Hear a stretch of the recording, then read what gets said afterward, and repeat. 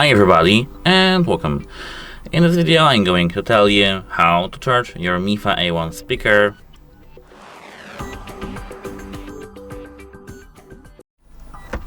So, at first we have to prepare ourselves a cable that fits our power adapter, which is for me USB type A, and our speaker, which is USB type B micro.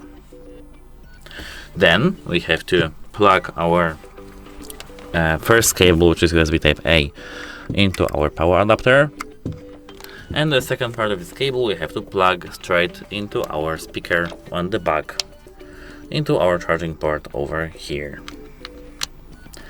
And if we do so correctly, wait a moment because I don't see this port exactly.